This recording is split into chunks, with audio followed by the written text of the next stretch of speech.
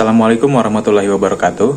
Perkenalkan, nama saya Muhammad Ihsan Ramadan dari semester 7 Fakultas Psikologi Universitas Muhammadiyah Profesor Dr. Hamka. Pada kesempatan kali ini, saya akan membawakan sedikit penjelasan tentang pengaruh faktor-faktor situasional terhadap komunikasi interpersonal. Faktor situasional yang pertama adalah deskripsi verbal. Jadi, bila saya kisahkan pada Anda bahwa calon istri Anda ini adalah orang yang cerdas, rajin, lincah, kritis, kepala batu, dan dengki, Anda akan membayangkan dia sebagai orang yang bahagia, humoris, dan mudah bergaul. Akan tetapi, jika rangkaian kata itu dibalik, jika dimulai dari kata dengki, kepala batu, dan seterusnya, kesan Anda tentang dia akan berubah. Nah, jadi menurut seorang ahli bernama Solomon, kata yang disebut pertama akan mengarahkan penilaian selanjutnya. Nah, pada konteks ini, kata kritis pada rangkaian pertama mempunyai konotasi positif, sedangkan pada rangkaian kedua, kata ini berkonotasi negatif. Jadi pengaruh kata pertama ini kemudian dikenal sebagai primacy effect. Pada eksperimen yang lain, S membagikan daftar A dan B, seperti berikut. Pada daftar stimulus A terdapat kata cerdas, terampil, rajin, hangat, teguh, praktis, dan waspada. Sedangkan pada daftar stimulus B terdapat cerdas, terampil, rajin, dingin, teguh, praktis, dan waspada. Kedua daftar ini sama, kecuali yang keempat. Tanggapan terhadap A positif, yakni orang yang memiliki sifat-sifat itu dianggap murah hati, bahagia, berkelakuan baik, dan lain sebagainya yang berkonotasi positif.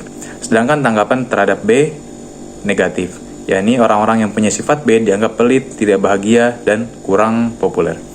Jadi kata-kata hangat dan dingin ini telah mewarnai seluruh pesan kita.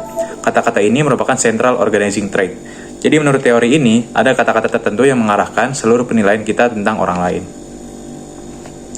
Tapi pada kenyataannya, kita jarang melakukan hal ini. Jarang kita melukiskan orang dengan menyebut rangkaian kata sifat. Kita biasanya mulai pada central trait, menjelaskan sifat itu secara terperinci, baru melanjutkan pada sifat-sifat yang lain. Lalu yang kedua ada petunjuk proksemik. Jadi dikatakan bahwa petunjuk proksemik adalah jarak yang dibuat individu dalam hubungannya dengan orang lain. Jarak itu menunjukkan tingkat keakraban di antara mereka. Jadi bayangkan jarak yang Anda buat dengan seorang guru, profesor, atau dosen Anda. Apakah jarak yang Anda buat itu sama dengan orang yang akrab dengan Anda? Dan apakah benar kita mempersepsi orang lain berdasarkan jarak yang dibuatnya dengan kita, dan juga kita mempersepsi kedekatan orang lain berdasarkan jarak yang ia buat dengan orang lain? Jadi, pertama, sejalan dengan teori dari ahli bernama Edward Hall, kita juga menyimpulkan keakraban seseorang dengan orang lain berdasarkan jarak mereka, seperti yang kita amati. Jadi, sebagai contoh, bila kawan kita membuat jarak lebar dengan istrinya, kita menduga mereka bukan pasangan yang bahagia. Bila pada saat yang sama ia terlihat sering duduk berdekatan dengan wanita lain, kita menyimpulkan hubungannya dengan wanita itu lebih daripada sekedar sahabat sekantor. Nah, walaupun kawan kita berusaha meyakinkan kita akan kecintaan pada istrinya, kita telah mempercayai persepsi yang kita peroleh secara proksemik dengan memperhatikan jarak. Lalu yang kedua, erat kaitannya dengan yang pertama, kita menanggapi sifat-sifat orang lain dari cara orang itu membuat jarak dengan kita. Misalnya, Anda berkunjung ke kantor Bapak A. Ia mempersilahkan Anda duduk pada kursi yang tersedia, sementara Bapak A duduk jauh dari Anda, bahkan dihalangi oleh meja yang lebar. Anda mungkin akan menganggap Bapak A sebagai orang yang tidak begitu terbuka. Akan tetapi, bila ia turun dari kursinya, lalu menarik tangan Anda dan mengajak duduk berdekatan pada sofa, Anda menafsirkannya sebagai orang baik yang akrab, ramah, dan terbuka. Lalu yang ketiga, cara orang mengatur ruang mempengaruhi persepsi kita tentang orang itu. Seorang profesor atau dosen yang membiarkan pintunya selalu terbuka akan dianggap terbuka daripada profesor atau dosen lain yang mengunci kantornya dan menutup pintu kantornya. Jadi kita menganggap orang lain berdasarkan jarak yang dibuat orang itu dengan orang lain, atau jarak yang dibuat orang itu dengan kita. Kita juga dapat menetapkan persepsi dengan melihat caranya mengatur ruang. Lalu petunjuk yang selanjutnya ada petunjuk kinesik. Jadi suatu hari Anda menerima tamu yang ingin berbicara dengan Anda. Anda melihat tamu itu masuk dengan membungkuk, berjalan tertatih-tatih, kemudian duduk dengan tidak berani menatap Anda. Bicaranya terbata-bata, kedua telapak tangannya saling meremas, dan diletakkan di atas paha yang dirapatkan. Lalu bagaimana pendapat Anda tentang tamu itu? Apakah orang itu orang besar atau orang kecil? Apakah ia takut atau benci kepada Anda? Apakah ia percaya diri atau rendah diri? Anda pasti sudah mempunyai persepsi tentang orang itu. Nah, persepsi yang didasarkan pada gerakan ini merupakan petunjuk kinesik. Dalam bahasa Indonesia, kita mempunyai beberapa ungkapan yang mencerminkan persepsi kita tentang orang lain dari gerakan tubuhnya. Ungkapan-ungkapan itu Dengan persepsinya antara lain yang pertama, membusungkan dada akan dianggap sebagai sombong. Lalu yang kedua, menundukkan kepala akan dianggap rendah, dan berdiri tegak akan dianggap berani.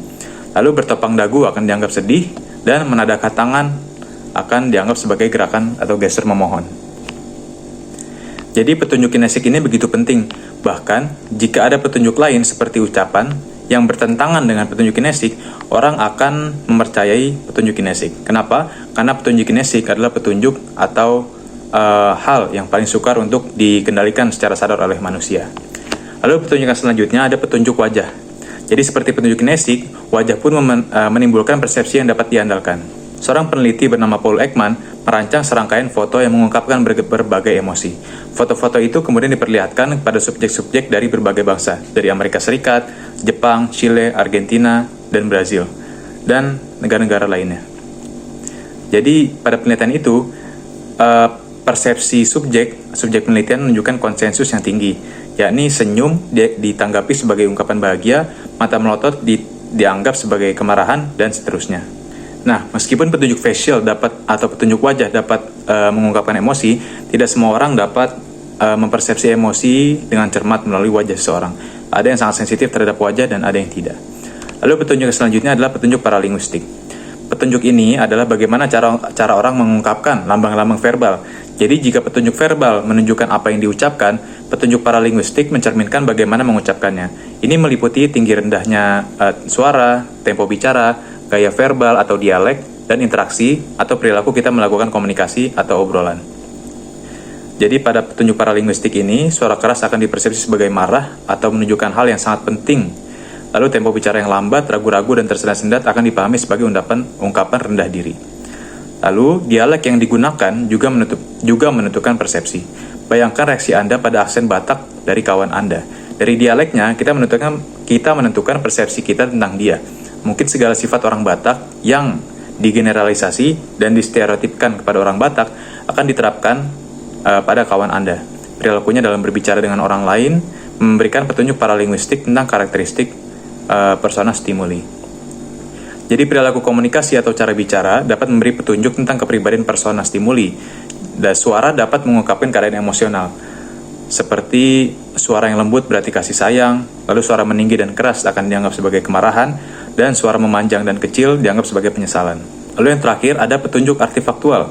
Petunjuk artifaktual meliputi segala macam penampilan atau appearance yang melekat pada seseorang, seperti potongan tubuh, kosmetik yang dipakai, baju, tas, pangkat, dan atribut-atribut lainnya.